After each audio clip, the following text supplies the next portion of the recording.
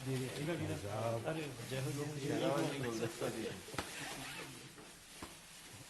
जी, शाहनवाज जी,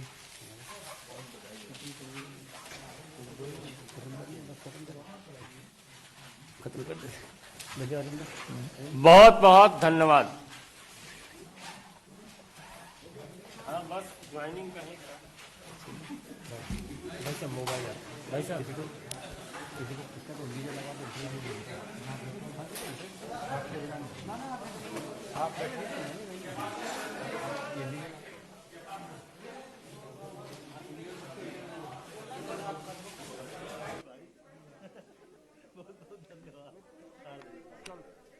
ऊपर ऊपर ऊपर हाँ बोल दीजिए बोल के। अरे सामने हटो यार यार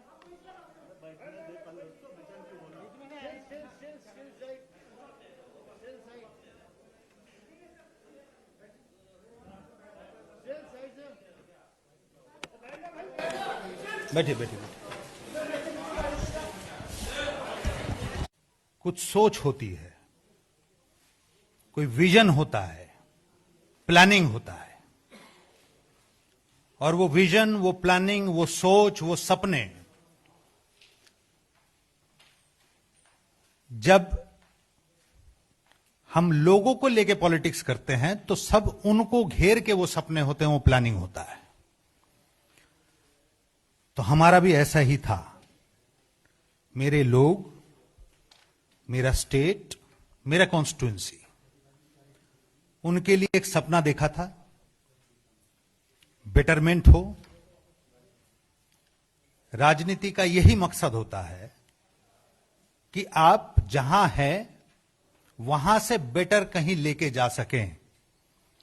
तो हमारा भी यही था कि कॉन्स्टिट्यूएंसी के लोग, मेरे प्रदेश के लोग, स्टेट के लोग, उनके लिए एक अच्छा फ्यूचर मिले, स्पेशली द यूथ, युवा जो हमारा नेक्स्ट पीढ़ी है, हम उनको क्या देके जाएंगे। आज जो स्थिति है, जिसको हमने सुधारने की बहुत कोशिश की, बार बार सजेशंस दिए गए, पर उसका कोई अर्थ नहीं निकला। आज युवाओं को अगर फेसबुक पे, अपने सोशल साइट पे यह लिखना पड़े कि मैं अपना किडनी बेचना चाहता हूं, मुख्यमंत्री मुझे नौकरी दे दे, यह हमारे लिए शर्म की बात होनी चाहिए। आज पश्चिम बंगाल का यूथ, कोई भविष्य नहीं है उसका। आज पश्चिम बंगाल के यूथ के पास काम नहीं है। लॉकडाउन पीरियड में हमने देखा, पूरे हिंदुस्तान से जो लोग पश्चिम बंगाल की तरफ आ रहे थे, जो बाहर काम करते हैं, लेबर सेक्शन, आपने उनका यूथ एज ग्रुप देखा, वो सब बिलो 40 थे, बिलो 35 कह सकते हैं। तो ये लाखों की तादाद में यूथ, इनको पश्चिम बंगाल में काम नहीं मिला, इसीलिए ये लोग मजबूर हुए बाहर जाने के लिए। लॉकडाउन पीरियड में वो मंजर दिखा हमें कि किस तरीके से छोड़ छोड़ के आए। आश्वासन मिला कि राज्य में ही काम मिलेगा, पर वो आश्वासन भी आश्वासन ही रहा। उन लोगों को फिर वापस जाना पड़ा क्योंकि काम नहीं है। There is no industrialisation in the state, there is no industrialisation, there is no future planning, there is no vision. सिर्फ व्यक्ति आक्रमण है, राजनीति है, काम जीरो। आज एक स्टेट जो इतने दिनों के मिसरूल के बाद, 35 साल टू बी प्रिसाइज, बहुत उम्मीद के साथ एक सरकार को लेके आई थी, और उस उम्मीद पे वो सरकार खड़ी उतर पाई। आज पश्चिम बंगाल और बंगालियों का नाम जोड़ा जा रहा है करप्शन के साथ, जो कभी नहीं हुआ। आज हम इन चीजों को अटेन कर पाए, जो हमारे लिए शर्म की बात है।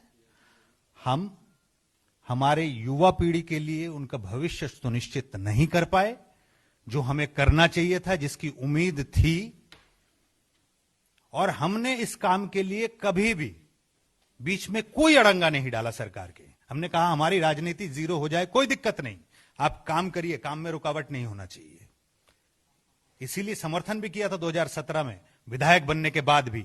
विधायक बने थे कांग्रेस के सिंबल पे, फिर भी समर्थन किया था, ताकि ये ना बोल पाए कि साहब आपने तो प्रॉब्लम क्रिएट किया, आप राजनीति करते रहे। हमने राजनीति नहीं किया, हमने आपको मौका दिया, बट उस मौके से मिला क्या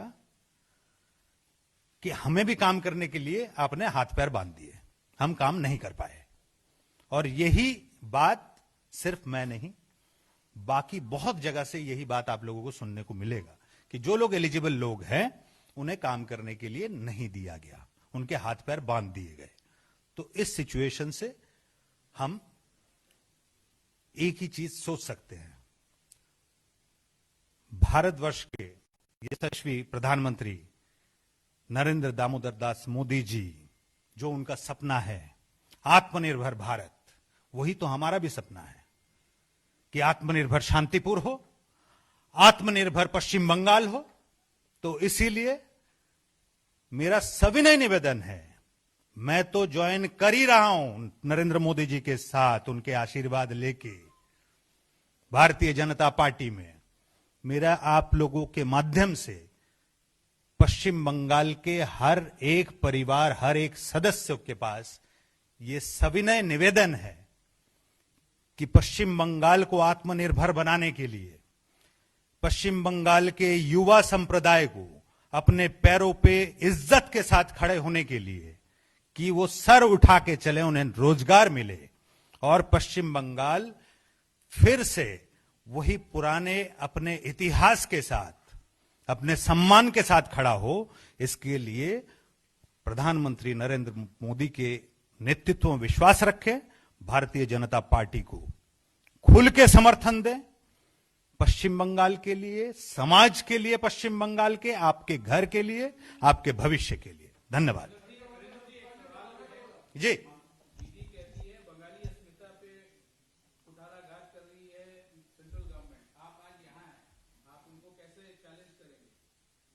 सेंट्रल गवर्नमेंट क्यों बंगाली अस्मिता को चैलेंज करेगी?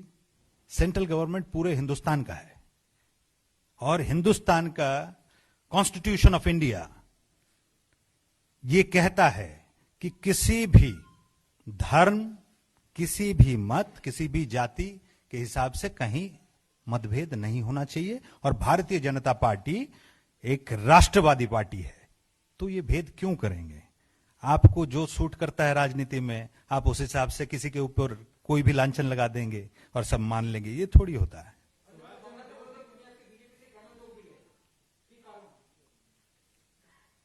দেখুন, প্রথমত